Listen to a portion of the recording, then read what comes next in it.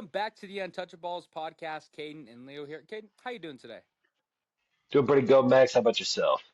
No complaints here. As you guys can see, I'm away from home at the moment, but we are doing well in nature, getting active, and we got a fantastic slate of fights coming up this weekend. UFC 314. Caden, what are your thoughts? Yeah, big card this week. We're going to see some great fights up in Montreal, Canada for the pay-per-view. So no Joe Rogan, sadly, on the commentary team. But yeah, it should be a pretty good card. We get two title fights at the back end of this main card, capping it with Bilal Muhammad and JDM.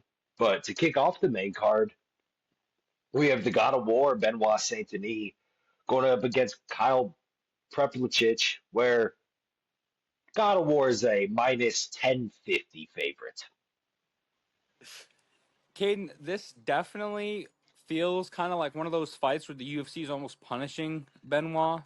I don't know if it's, just because of the skittish he's had and, the injuries Yeah, or whatnot, or what the whole kind of purpose is. But obviously, I mean, excited for this fight. We've seen in recent weeks, you can't always assume that the underdog's going to lose, Caden. I do think this will be, a closer fight than maybe the numbers suggest, but I do have to agree that Benoit's going to come out and get the dub here. yeah, I don't really think this fight's going to be all too close. If I'm being honest, I think you might kind of be spot on. Like you're seeing a little skid out of Sanctity, and they're kind of punishing him for it. They're like, we're going to give you a lesser opponent now because you got KO'd by Poirier and then lost after that. Yeah. But even still, I think he's going to come in aggressive in this fight, use that power that he does have, and finish this fight within the distance. Get a nice, clean, kind of easy dub. Get back on that winning column, trying to propel himself back up in the division. Yeah, Caden, that's a big thing you touched on. We saw on that win streak before that Poirier fight, Benoit was a couple wins from title contention. He was on that streak. He was one of those guys coming up. He was dangerous, very feared in the division. I think he needs to put a couple of wins back together before he starts getting that fear and that aura back in order. But I think part of that confidence boosting would be getting a dub like this. So I don't actually hate it. We saw, what happened with Bo Nickel and him getting rushed to another higher opponent. So maybe giving Benoit a Hmm. couple of matches to kind of, get his feet under him after going through some wars will be good for him. But we're gonna have to see. Now, the second fight on the main card, we get Alexa Grasso against Natalia Silva, where Natalia Silva is a minus 250 favorite. Yeah, Kate, I'm gonna be honest. I'm very shocked on this one. I know, Alexa Grasso was coming off that split decision loss to Valentina Shevchenko, where she lost her belt, but that is still one of the baddest women on the planet, Yeah, and that is still, in my opinion, probably the best fighter in this division. I would love to see her and Shevchenko go at it once more. But regardless of the loss, regardless of what's happened, we know what Alexa Grasso possesses with her boxing. We know she's one of the top strikers in the division. Not only that, she can grapple, she can do everything. This fight interests me though, Caden. We're gonna have to see how she reacts coming off that loss, coming off of losing her belt. But I do expect a hungry Alexa Grasso to come out and get the W. I cannot lie. I'm with you on this. Like, I know you might not think when you're looking at major the odds, like Grasso, yeah, plus 205, like over a 2-1 underdog, but yeah, she's just at the top of the division. Lost to that split decision to Shevchenko, who's probably the best fighter in this division. That I don't know why all of a sudden now Natalia Silva, well, yeah, she's been looking good, really propelling her name into that title contention. I still think Alexa Grasso's still, as of right now, the better fighter, more complete. Like you're saying, that great striking, but can still get it done on the ground when need to. Has some good defense there. Yeah, I'm with you. I think Alexa Grasso's going to come in, kind of get it done. And I mean, we have Shevchenko fighting a couple fights after us, but maybe propel her into being one of those next title contenders.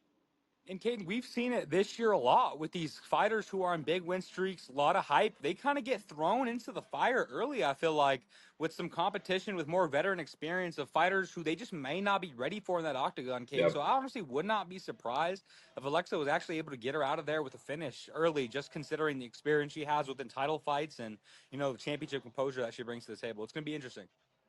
It's definitely going to be interesting, but I do like that. Alexa Grasso going to come in, get hungry, get that dub. The third fight we have on the main card is Jose Aldo against Iman Zahabi, where Jose Aldo is a minus 198 favorite as of right now. This one's interesting, right, Caden? We know the legend of Jose Aldo. We know what he's done in his past. We know what carries with that name. He's not the same fighter, and But I think that's no he's disrespect old. to Jose. He's He's just old. old. Right. And I think, we've kind of talked about, that veteran presence in the octagon being an advantage. I think Jose's actually on the opposite end of that, where he's just a little too old, where it's a disadvantage, where I honestly wouldn't be surprised if he lost a, close decision fight where he just doesn't have enough gear to get it going in the third or enough, want as an older dog to be able to come out and get it done, Kate. Not no disrespect to Jose Aldo. Obviously, he's still dangerous, can get it done. I just don't see him being able to eke out that win, even though he is the favorite. Yeah, it actually surprised me, like more than that last fight's line with Alexa Grasso.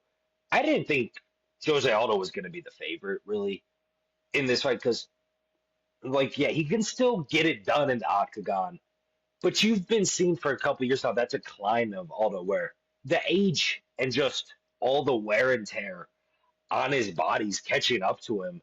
And yeah, he's just not that same fighter anymore. He just doesn't have that same ability he used to be able to take control of when he got into that octagon.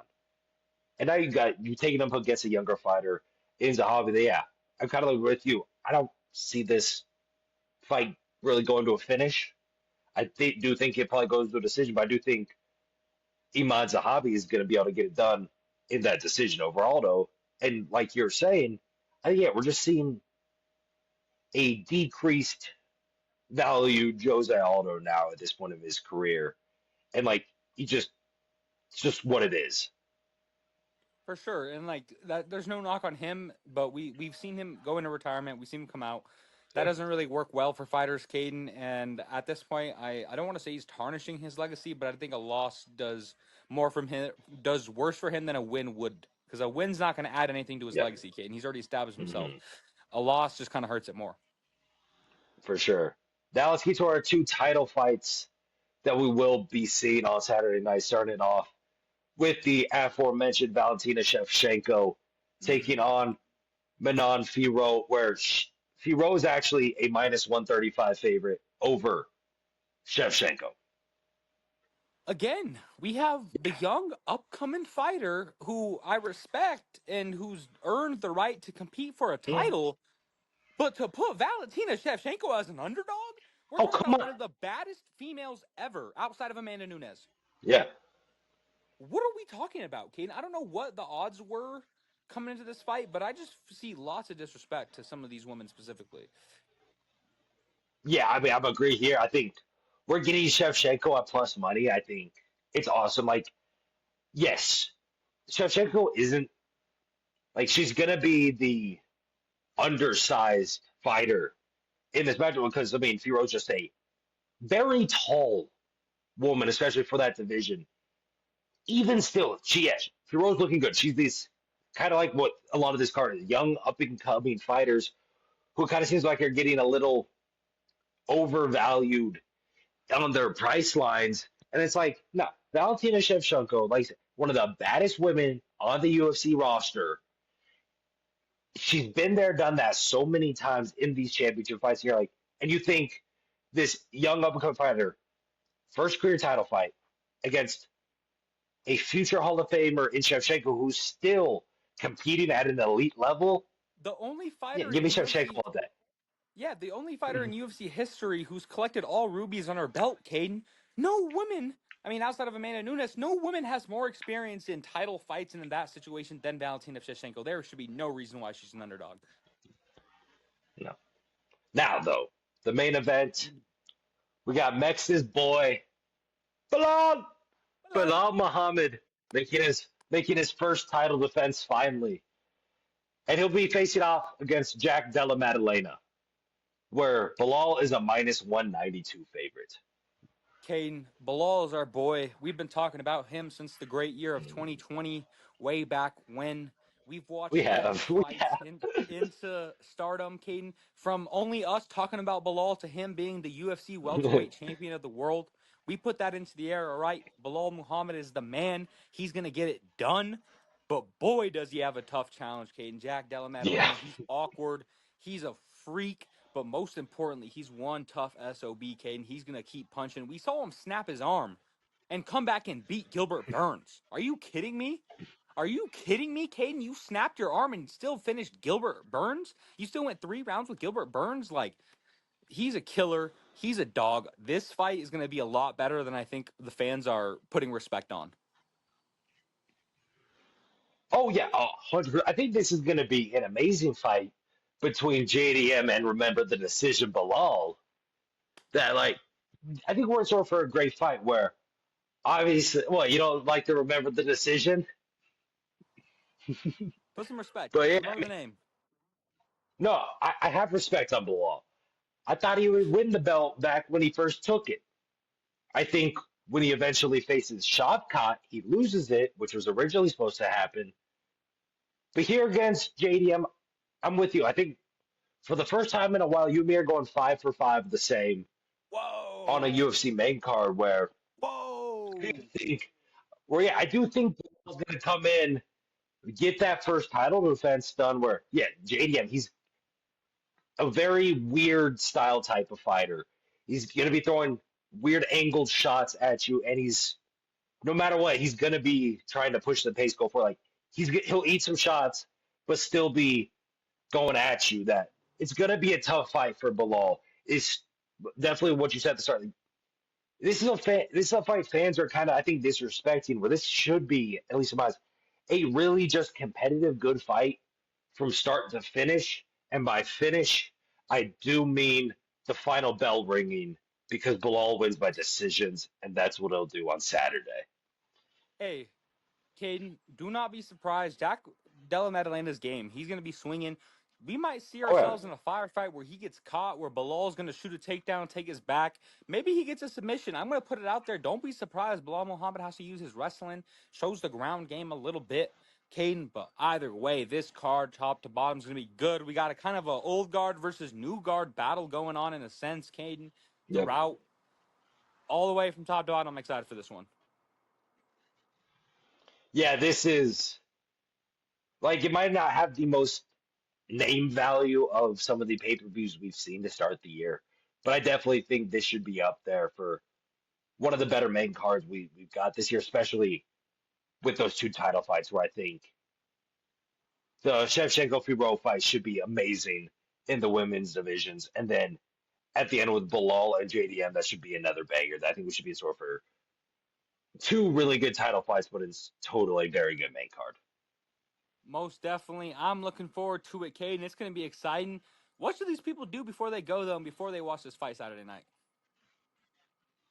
Yeah, if you guys enjoyed, make sure to leave a like down below. Comment when you're down there, leave a comment as well. Who do you think's coming out on top on these fights? Is Shevchenko going to fall? Does Bilal lose his belt? Let us know down below. Turn on post notifications so you never miss an upload of the Untouchaballs podcast. And share this with your friends, family, strangers, neighbors, anything like that. It'd be much appreciated. Most definitely. We appreciate you all for listening. As always, let us know your picks. Thank you all, and we'll see you all next time.